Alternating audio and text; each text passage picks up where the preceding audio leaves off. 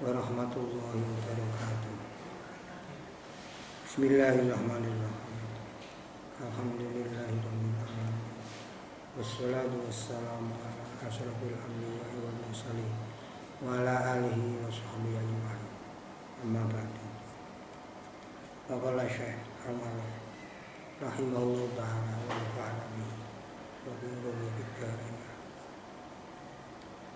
Mari kita belajar lagi mempelajari hadis yang ke-8 dari Kitabul Hajj.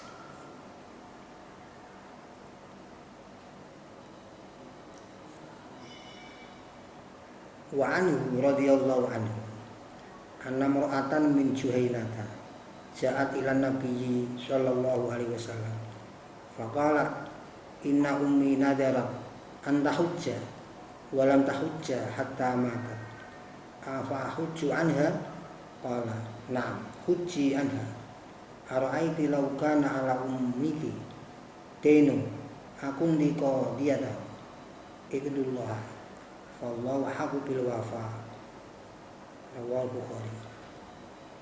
Wa an hulan ka cerita saking Ibnu Abbas radhiyallahu anhu anna mar'atan sak temne wong wadon min Juhainah takang saking kabilah Juhainah saat iku sowan sapa imro'ah ila nabi maring Kanjeng Nabi sallallahu alaihi wasallam faqala monggo matur sapa imro'ah inna ummi ing pematur inna ummi satemene ibu kula nadirat iku nadar sapa ummi anda hujjah ing yen to nglakoni haji sinten ummi walam hujjah hale durung nglakoni haji sapa ummi hatta matat sehingga yen to seda sapa ummi afa hujju punapa to mongko saged nglampahi haji kula Anda dados ganti saking ummi.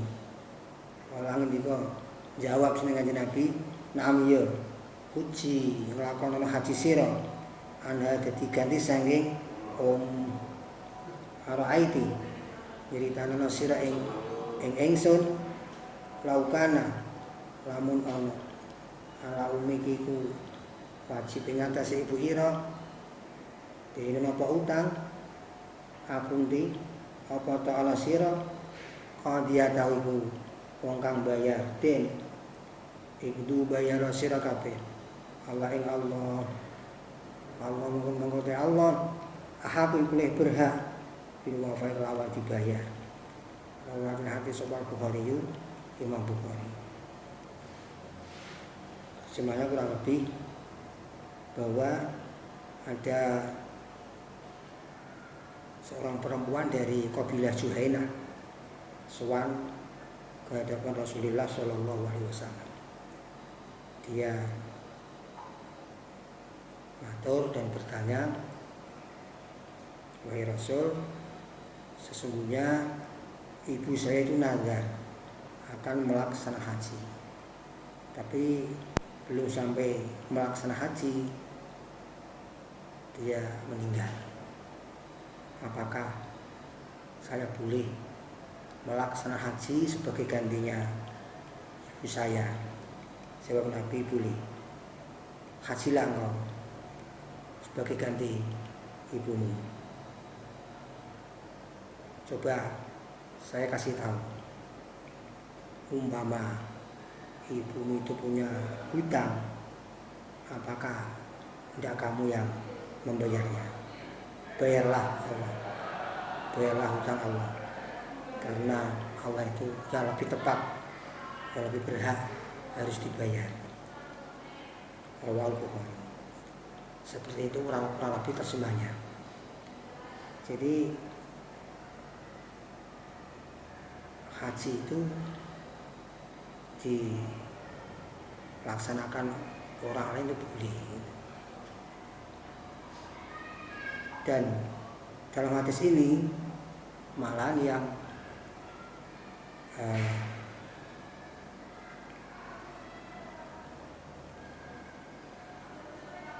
diwakili itu kan sudah meninggal. Kalau hadis sebelumnya itu masih hidup, itu bapaknya yang sudah sangat tua,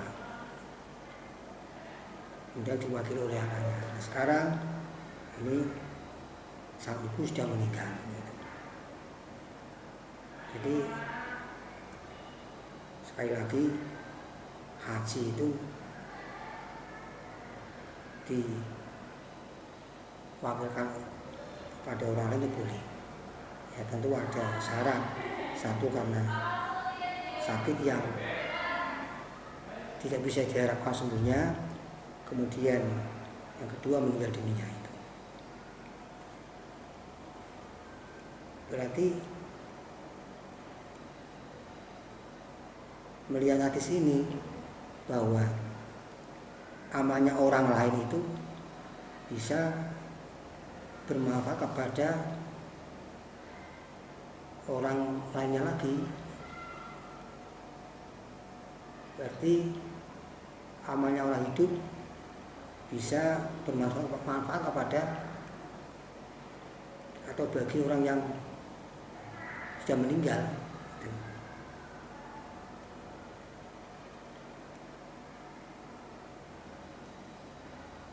Tentu atau mungkin kita sering mendengar pro kontra tentang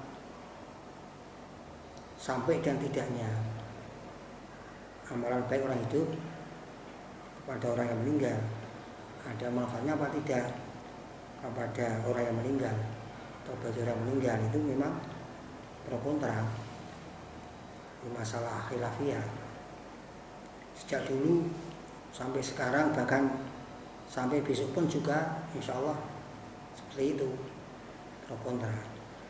Ya, karena memang mereka yang berpendapat baik yang pro maupun yang kontra itu belum bisa membuktikan. Buktinya besok kalau sudah meninggal, kalau besok sudah di akhirat. Mereka itu berpendapat sepanjang pengetahuannya gitu. Kalau yang mengatakan amalan baik orang hidup itu tidak bisa sampai pada orang meninggal, itu pakai dasar ini, itu ayat Al-Quran, wa alaisa lil insani illa ma sa'a. Kalau ayat sebelumnya itu demikian, am lam yunabba bima fi suhufi Musa wa Ibrahim alladhi waffa alla taziru waziratu wizra ukhra wa alaisa lil insani illa ma sa'a wa anna sa'yahu sawfa yura.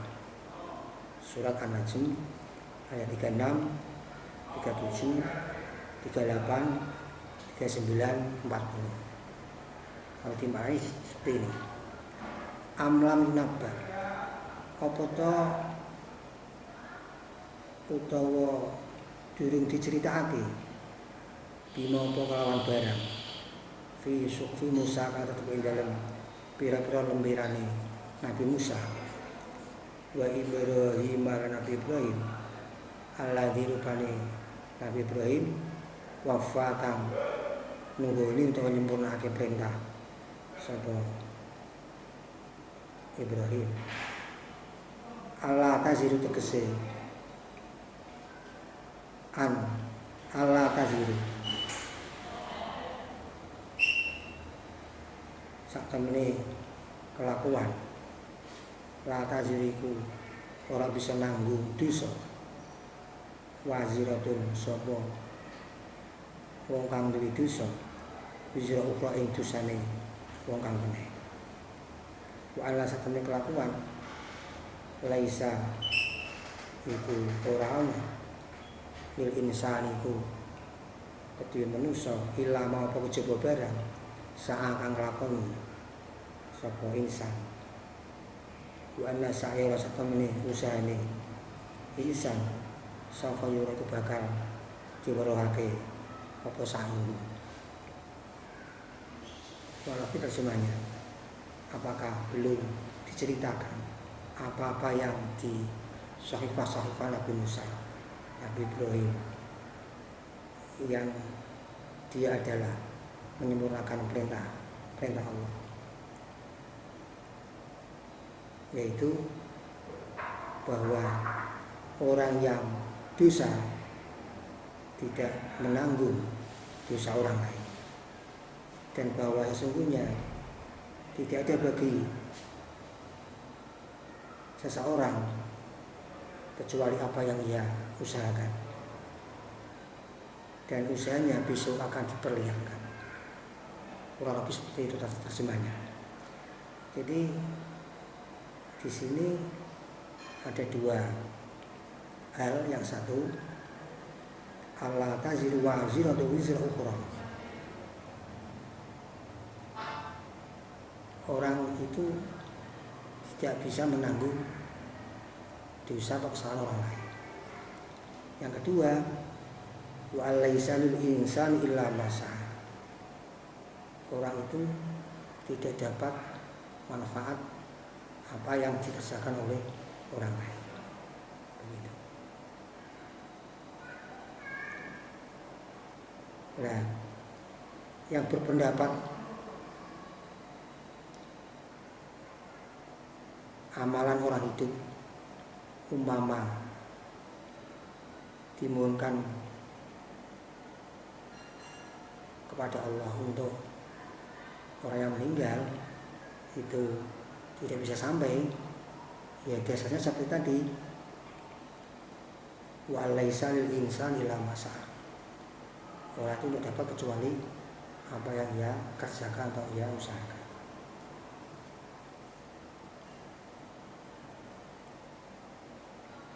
Nah, untuk orang yang berpendapat, ulama yang berpendapat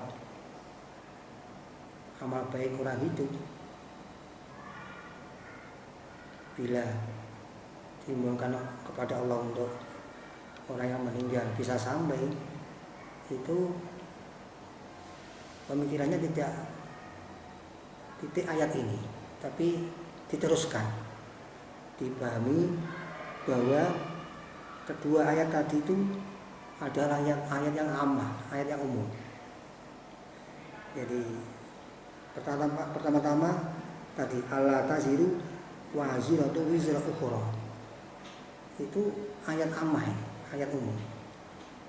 Orang tidak bisa menanggung dosa atau kesalahan orang lain. Ternyata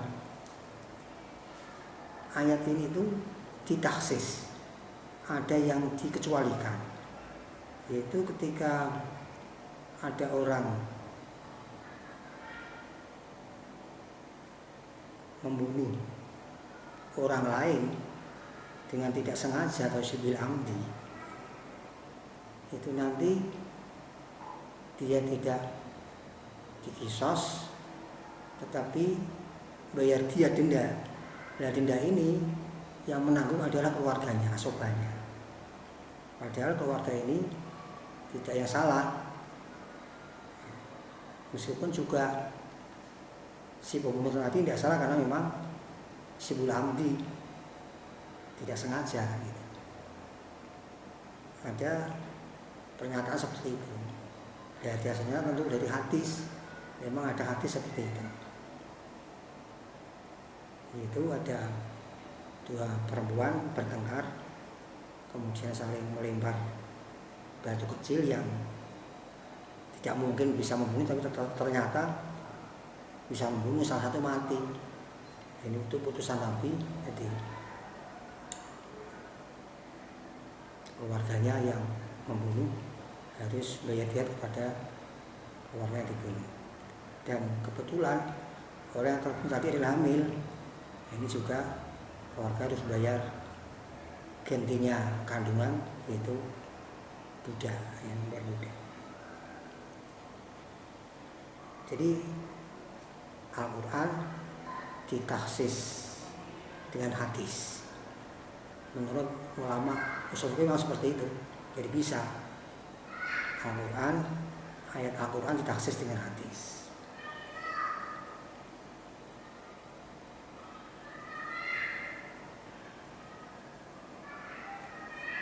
Terus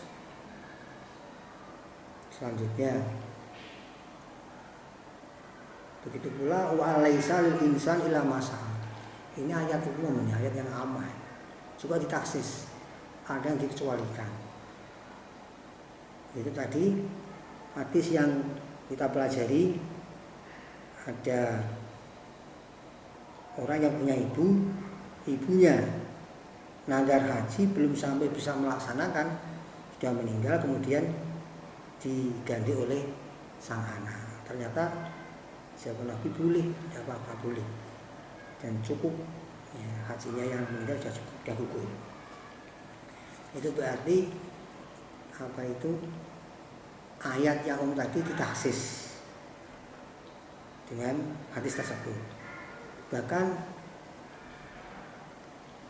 tidak hanya hadis ini yang apa itu mentaksis ayat tersebut, ada ulama yang namanya Ibnu Taimiyah itu menyampaikan beberapa dalil yang mentaksis terhadap ayat tersebut. Di antaranya itu ceritanya anak yatim, dua anak yatim yang rumahnya dibangun oleh Nabi Khidir. Ceritanya demikian dalam Al-Quran.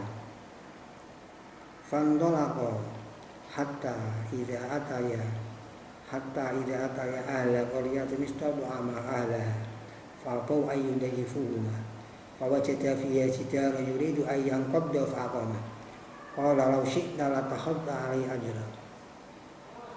Kalau dimaknani fantolaqa mongko budal sapa Nabi Khidir lan Nabi Musa hatta idza ataya sehingga nalika itu teka sapa wong loro alya qaryatin ing penduduk desa istat ama mongko nyuwun daharan sapa wong loro ala ing penduduk qarya apa mengembangkan sapa aluha ayudayifu ma ingin to nyuguhi sapa aluha huma ing wong loro kawajata mung ketemu sapa wong loro tegese Nabi Musa jidaran ing tembok turi tukang parek apa jidar ayang kondo ing amru apa jidar apa mau mongkon jumenengake sapa Nabi Khidir ing jidar orang ngendika sapa Nabi Musa lau syi'ta lamun kersa panjenengan la tahota mau yekti saged ngalap panjenengan ali ngatasi bangun jidar hasilon ing opah. Itu maknanya ya. Terjemahnya kalau lebih maka mereka berdua Nabi Musa berangkat pagi sehingga sampai ke penduduk desa. Mereka berdua minta jamuan kepada mereka, tetapi mereka tidak mau membangkang. Mereka tidak mau memberi jamuan. Terus mereka berdua menemukan tembok yang akan roboh. Kemudian Nabi Khidir semangat membangun, mendirikan, meluruskan tembok tersebut. Kata Nabi Musa, wahai Nabi Khidir, umpama engkau mau bisa ambil upah dalam rangka membangun tembok yang roboh tersebut. Kurang lebih terjemah seperti itu. Jadi intinya Nabi Khidir itu semangat dan berhasil memperbaiki meneruskan rumah atau tembok yang mau roboh untuk menjaga isinya. Kok sampai demikian? Itu ternyata ayat yang selanjutnya. Wa amal jidaru fakana li gulamaini yatimaini fil madinati wa kana tahtahu kanzul lahuma wa kana abuhuma sholihan fa arada rabbuka ayyabluga ashuddahuma wastakhrija kanzahuma rahmatan min rabbik wa ma fa'alu an amri dzalika ta'wilu ma lam tasbiq alaihi sabr wa ma jidaru la anamun utawi tembok fakana mongko ana apa jidar li gulamaini kuduwi bocah cilik loro yatim ini kang yatim karo firman yatim dalam kota wa kana lan ana tak tahu tetep ing dalem ngisore sidat kan senopo bondo kang disimpen loma kang keduwe yatim ini wa kana lan ana abu masapa bapake yatim ini salihan iku kang bagus fa arada mong ngersake kebuka sama pengiran ira ayam beliau ingin tahu mekake ingin tahu tumeka sapa yatimain asyud dauma ing kekuatan yatimain wis tah rija lan ngetokake amring ngetaki sapa yatimain kan zauma ing bondo simpenane yatimain rahmatan karena welas mirabika saking pengiran wa ma fa'adulan ora nglakon ingsun ing perkara kang sampeyan meruhi an amri saking pendapat ingsun dari wong kang tinutut takwilu mainu penjelasane barang lam tasdik kang ora kuwasa sira aling resima sapa ing sabar terjemahan lebih. Adapun tembok maka itu adalah milik dua anak yatim di dalam kota ini dan di bawahnya itu ada harta yang disimpan milik dua yatim tersebut, sedangkan bapak mereka itu orang yang soleh, maka Allah menghendaki mereka sampai dewasa dan bisa mengeluarkan harta simpanan tersebut sebagai rahmat dari Tuhan. Saya tidak melaksanakan hal tersebut, itu dari pendapat saya, itu adalah penjelasan dari apa yang kamu tidak sabar, tidak mau sabar. Ini ternyata di sini kesolehan orang tua itu bermanfaat kepada anaknya itu. Jadi karena orang tuanya itu soleh, anaknya ini diperhatikan oleh Allah Subhanahu wa Ta'ala dan dijaga oleh Allah Subhanahu wa Ta'ala.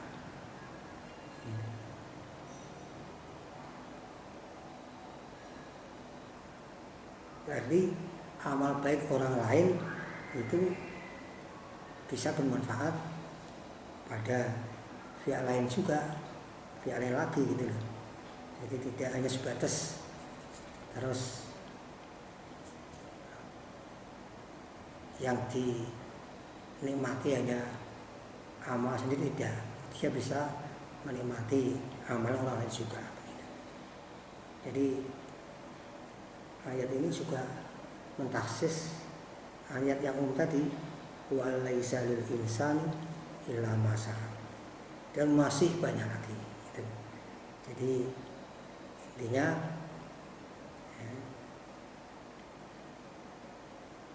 amalan orang yang hidup itu apabila dimohonkan kepada Allah untuk orang yang sudah meninggal itu bisa bermanfaat. Sekian yang saya sampaikan. Kemudian sebagai tugas ya hadis tadi kamu tulis serta makna kandungnya. Demikian setorkan kepada saya. Sekian, wassalamualaikum warahmatullahi wabarakatuh.